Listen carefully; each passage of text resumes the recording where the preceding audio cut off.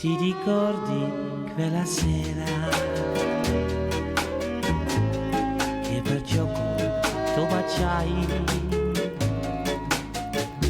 Okay, we are here for another stablecoin session. I'm so excited for this. We're here at the Stablecoin Conference in Mexico City, powered by Bitso Business with the man himself, Imran. So excited to have you here. Thank you so much. Thanks for making the trip down to Mexico City. Thanks for having us. First question is just like, how are you doing? We're kind of ending day 2. How am I doing? I am tired. Yeah. It has been fantastic. Good tired. There's a lot of stuff going on. So Yeah. give people who are watching some context into just the role that you have here and the kind of the vantage point in the company you have. Sure. It'd be nice to differentiate between these two sides of the business, and then we can dive into also maybe your background. I'd love to know a little bit more of how you got here. Absolutely, man. Go into that. I'll start in, role for the company. I am the general manager of Bitso Business. So Bitso has 2 arms of what we do. So we have, for the last 11 years, been the largest crypto exchange in Latin America. We've got a retail side of the business that has been amazing, used by over 9 million consumers throughout Latin America. And then we have what's called Bitso Business, which is all things B2B. So we've used the rails and the infrastructure that we've built on the retail side to really bring that over and port that to enable other companies to enter into Latin America, to operate in Latin America, and have the best ramps, the best regulatory side of the equation. So all licenses and infrastructure. And then most importantly to me, the right liquidity. And the name of the game ends up being liquidity. And we've really prided ourselves on building the best engine to enable cross-border payments and the like. Yeah. Tell me a bit more of why liquidity? Why is, in your view, because there's a lot there. A lot of companies are just like, when they say, what is the thing that they're really wanting to do best? It might be some of those other things. Like, you want to be the most licensed, you want to have the best wallet tech or whatever. Why is liquidity so important in your opinion? Yeah. So I think at the end of the day, one of the biggest things that will either prevent or enable mainstream adoption of stablecoins is pricing, right? If you are a big entity and you are trading between USD to MXN, realistically, all you care about for the most part is speed and price. And so unless you're able to accomplish both of those things, you're not going to be leveraged.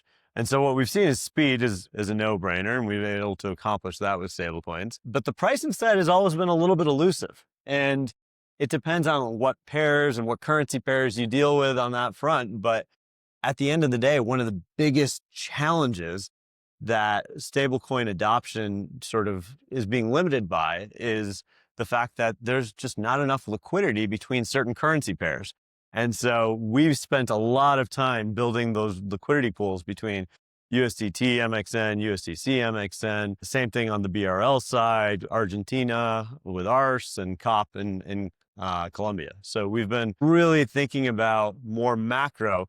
Everyone talks about, oh yeah, we got the US dollar stablecoins. US dollar stablecoins are amazing, but they don't work unless there's liquidity on the other side to ensure pricing is competitive. And once you get to that competitive price point, it's beautiful because now you've got the speed and the price and the efficiency that everyone's looking for. Yeah. It's a really cool, evolution of growth. Like, we started this business, dominated this retail product for a long time. Absolutely. You built to make that business work. You built all of these core infrastructure pieces, you've refined them. You've had some of the brightest engineers in the space probably come and build this stuff, whether or not it was a super intentional, whatever it is, the result is you now have this awesome infrastructure that you've developed that you can now go give these businesses. You have liquidity. Would you, this might be a dumb question, but is this liquidity moment advantage that you have, would you mainly attribute that to the last decade plus of the retail business? Oh, absolutely. What that's given you? On the retail side, we've needed to build the books. Yeah. And so if you look on bitso.com/alpha, you'll be able to see each of our currency pairs and the books that we've built against them. And that's been this core competitive advantage that we've always had on the retail side, and we've ported it over on the business side. And now you've got even more companies just pouring liquidity into the books. And to me, there's everyone talks about this, but it's that circle of liquidity begets liquidity. So the more people that are on the platform trading, the better the pricing gets. Then the more people come on the platform, start trading, the better pricing gets. And that spin wheel is something that we've been able to really hone in on. So, dialing back the tape a little bit, when did you first learn about stablecoins? I would love your just history with the business itself, how long you've been there. Sure. And yeah, when the crypto bug really became really real for you. Yeah, absolutely. So I joined Bitso Business, or in Bitso in general, a year and a half ago. So it hasn't been all that long. And it's interesting because I have a very different background. So I was telling you that born and raised in Chicago. I was an investment banker, very traditional banker. We'll move to private equity after that. After PE, I just kept getting earlier and earlier stage. So I started working in venture capital, early stage, seed, and then along with a buddy of mine, helped build a healthcare payments company. So healthcare payments, very non-related to crypto, but it's still payments. So you're starting to see the inefficiencies of the ecosystem and what was happening. And we got, very lucky. We built a really nice business. We're purchased by a large private equity-backed portfolio company. And after the purchase, when was the purchase of that company? It was December of 2020. Okay. Wow. So wild times. Wild times. Yeah. It was the height of COVID. I think it was one of the first times I've ever been involved in a transaction where I never actually met the buyer face to face because there were COVID restrictions. So it was an interesting diligence process, but it was a really successful outcome. It was very nice. And so I was taking some time off and enjoying the time with the family. And our Series A investor was a firm called QED Investors. And QED called and said, hey, if you're hanging out, you might as well hang out with me. And so I decided to hang out at QED for a while. And so I got this EIR role, entrepreneur in residence, which basically allowed me to go work with different portfolio companies on a variety of tasks. And one of those companies was Bitso. Wow, that's so cool. What a unique entry point. Is that a common, awesome founder gets an exit, top venture fund? I'm sure this is like an interesting playbook. Like they bring these awesome ex-founders in, this kind of like advisory thing. Is that something you see in the space pretty commonly? I see it in the space. It's not, I think I was the first EIR for QED. Yeah. And it's so, a really cool it makes a ton of sense. Yeah, absolutely. And I think it's it's a chance for you to just think, see the industry, see what's happening in the ecosystem, where people are investing, where they're not investing, and you get a little bit of that pattern recognition, which is awesome to see. Yeah, it's really cool. And before you make a big jump, you can kind of like test the waters. Absolutely. What other companies, if you can share, were you about or helping out in that era? Yeah, sure. So one was a company called Jampack, which was in, we'll call it travel packages for... QED is not just a digital asset VC either. Not just a digital assets. We are a broad fintech fund. So this was a embedded travel solution for concerts and festivals. Another one was we'll call it AI accounting firm called Proper AI. So they were doing property management accounting and automating that process. So like completely different industries, right? And I was never, I was an early investor in crypto, but I was never like what you would classify as the traditional, I've been following the industry forever kind of guy. Yeah. So I got placed with Bitso, and it was supposed to be a 6-week engagement and to help out. And what was the engagement? Like what was the focus? The idea was to help the team understand B2B. And selling to B2B, because it's kind of a full circle moment, isn't it? Yeah, exactly. So I was good at selling to businesses, and that's great in my last company. And they're like, these guys are, retail focused. They've been retail focused. Can you help give some advice on how to build the B2B side of the equation? Wow. And so I was like, yeah, sure. And they had just led or like participated in was it the Series A, or what was the investment there? Yeah. QED was an early investor in Bitso and had been around, I believe, since the B. Okay. So they were an early partner, Exactly. So you come in as the B2B guy, and what was the strategic learning, or like when did this become like, oh my gosh, like maybe we could go The opportunity. yeah. Yeah. What was it about Bitso in that moment where like a year and a half ago or 2 years ago, you were like, yeah, like this is it. Let's freaking go. Let's run. Yeah. Yeah.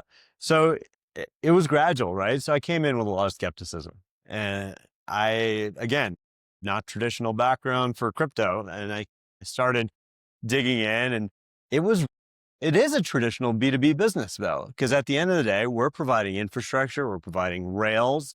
And as I mentioned, we're providing liquidity.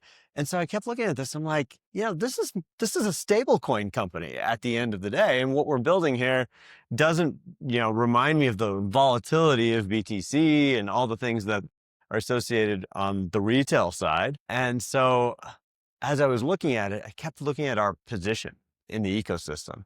And I was like, wait, you're telling me there's no other company in Latin America that actually has the regulatory approvals that you need, that actually has the rails. So our ramps are by far the best ramps in Latin America.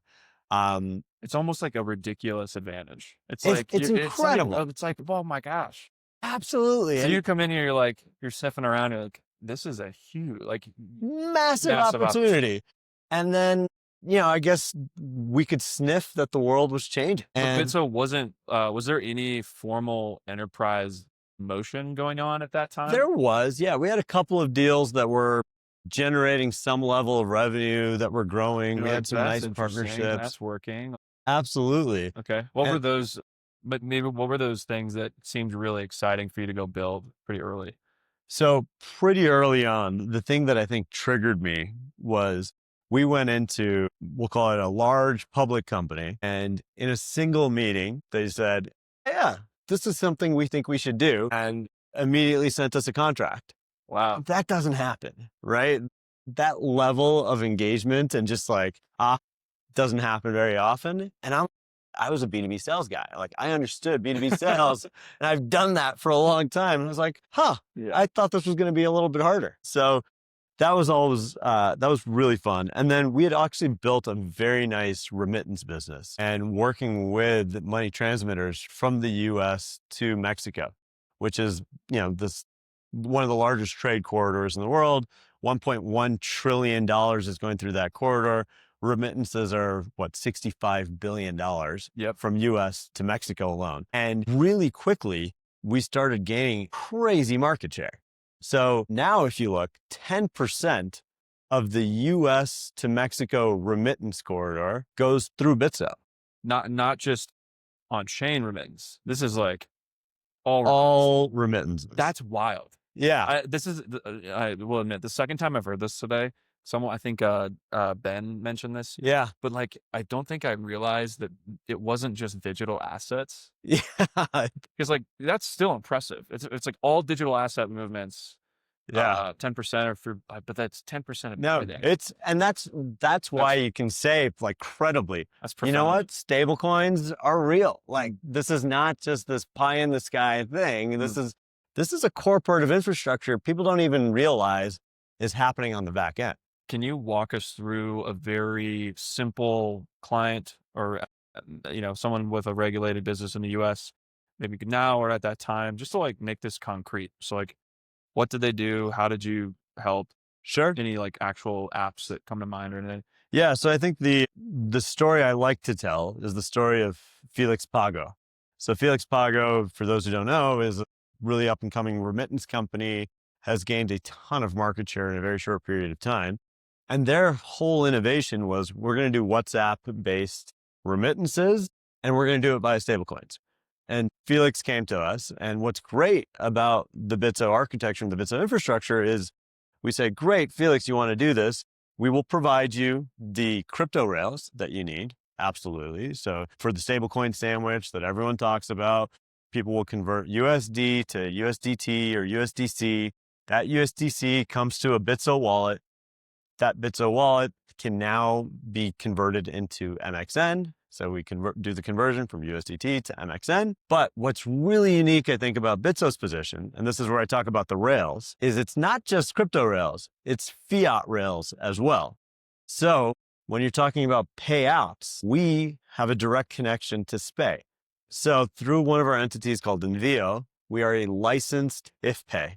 IFPE. It's an important license that allows us to very connect. hard to get one of these, right? It's incredibly hard to get, but it's basically the equivalent of ACH in the United States. Wow. So it allows me to then connect to any bank and do the payout direct to the bank. Are And there that's a any fiat other payout. Are there any other digital asset companies who have that? Definitely not in Mexico. Like that's a huge moat. Or like It's a massive moat, and it's not just for Mexico though. We've done the same thing in Brazil and Argentina. Well, what makes it so difficult to get access to that stuff? Is it just incredibly, like I think about the bit license in New York for the US. Like, does it feel like that? Like it's just incredibly, the due diligence of going through that is really, really deep. Absolutely, and I think it's regulatory environments, right? And in Mexico, it's notoriously hard to get one of these, and I think that's been a massive advantage. Now, what we've tried to say is, let's take that advantage, because I don't think it's a permanent advantage that you can necessarily have, but let's build the ecosystem on top of it. And I think that's proven to be successful. Going back to the Felix Pago use case. Yeah, sorry. No problem. Felix basically can do that payout and the crypto side with one integration with our API. Wow. And so that, I think, is sort of the ideal use case when you're talking about integrating and using crypto to facilitate a real world use case. Remittances are a real world use case. That's amazing. And this is, I'm imagining for them, like this is expanding.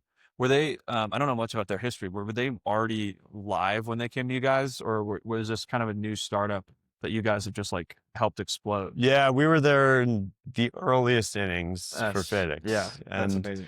But it's a big part of what Bitso is about, right? And so if you think about, how I've tried to position Bitso Business in this ecosystem, it's really been, I want you to think of Bitso as the way to grow your company. And our job is to grow the ecosystem. And a rising tide lifts all boats. So we started the Push. It's the world's first stablecoin accelerator in Latin America. But we got over 300 applicants of companies that are starting in Latin America using stablecoins in a variety of ways. It was amazing to see.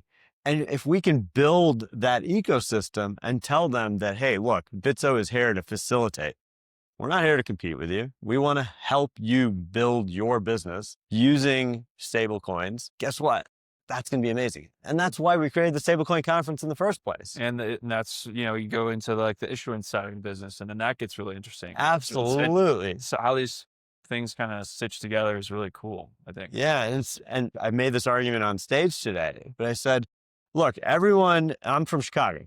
Okay. I'm a US guy, and everyone talks about stablecoins in the US, but the reality is all the action is down here in LATAM. We were really excited to be here because you're right. I mean, there's so much on the ground, like the people who are using this and the lives that are being changed in many ways. It's in this part of the world right now. It's really cool. Absolutely. And so to me, it's a no-brainer that we need to build the ecosystem here. We don't need to build the US ecosystem. That's thriving and it's good, and that's going to happen. And I feel very confident. Use cases are very different, I think. Use cases are incredibly different. But it's funny is all the US companies, their use cases are, we got to send money to LATAM, and we got to facilitate, expansion in Africa and in Asia and in the general global South. Yeah. In many ways, that use case, I think what Bridge did there and the the acquisition, I think this corridor was one of the main, if I recall, like one of the main things that they, I think, showed, like, oh my gosh, absolutely product market fit. And that's, Stripe, obviously, everyone knows, scooped them up. But yeah, it was because of what you're talking about. It's like, this is needed very, very imminently here. And that was a relationship with us. So we were very early with them to explore the USD ramps. And I think a large part of that story we tell together because it's so foundational, because it is the real world use case that we have. And that is, I love Zach and I love the team at Bridge, and they've done an amazing job. And we've been a partner with them for a long time. Cool. I didn't know that. So you guys were on the back end doing the liquidity side for the local. We were the LATAM connection. That's awesome. What a cool thing. Yeah. And what was the accelerator called? I haven't heard about this The accelerator is the push. The push. Yeah, and it's a stablecoin accelerator. Every year you're going to do this? Every year we're going to do this. This last year we accepted 9 companies into the accelerator. Some amazing businesses. Any shouts out? I just got to ask, any like teams you want to put on? You know, I love the Lumix team. I think you talked to them. Oh, they're sweet. part of the push. XFX, if you talk to them on the liquidity side, the Kappa folks are also part of the push. You know, if you look at sort of the stablecoin landscape, again, I as Bitso I'm trying to really get all of these little guys. They're not little anymore. They've grown up, and I want them all to sort of continue to grow. Yeah, it does remind me in some ways of Stripe for money in the internet landscape. It's like a really cool, like they could have taken the approach of, if you're trying to move money on the internet, you're in our way. But instead, they took the approach of, if you're moving money on the internet, we want to serve you better than anyone in the world. Yeah. And like you guys, it sounds like are having a similar framework to moving money on chain. And absolutely. Yeah. I mean, it's cool because it is important for you to make that clear. Because I do think a lot of companies, you know, they know Bitso is like, whoa, like this is the adult in the room. Like they could squash us if they wanted to, but it's really awesome actually to hear the perspective of like, no, you guys really want to partner with all these companies in this room who there are probably parts of your business that are competitive to theirs. Sure. But there are also like really good, clear ways for you to support them and help grow the pie. So it's really cool to hear you say that. Awesome. Yeah, no. And it's been, I think the thesis is playing out as well. So, you know, you can see it here. At the conference, There's so much excitement here. I mean, it's people are like everyone's like a content creator running around. It's awesome. You've really done something cool here. Thank you. Yeah, we were excited. 1,800 people. We when we came up with the idea, I ambitiously was trying to get 1,000 people to come out to Mexico City for the event, and then a week ago, we literally had to close registrations because so many people were pouring in. I was Digital Asset Summit, the Blockworks puts on. Jason was that he posted this image of the Digital Asset Summit ticket sales, like the like week or two leading up to it, and it was like the last 4 or 5 days. It was almost like they doubled. Massive spikes. People just wait. People just wait till the last minute. It's probably so. I mean, your team's been awesome, and just like the events team, but like, can't imagine the stress. Yeah, no, exactly. But they've done an amazing job. It's been great. All right, so as we close, any final thoughts here? Any, you know, when we see you guys next year, any things that you want to be leaving the listeners with? You know, I think the industry's booming. Obviously, we're all riding the wave, but I think that it's not just a wave. I think we're at a point now where we've been talking to traditional finance institutions, traditional banks, other fintechs, and enabling. And realistically, I think a stablecoin is becoming a buzzword for some reason. And I don't think it is. And I think it's really something that is now merging very closely with traditional finance. And the more that happens, I think the better it is for the ecosystem. And so there's always this like push-pull. Are you disruptors or are you the old guard? And in this case, we're, I think, very firmly in the enabler camp. And we think that it will become part of the fabric.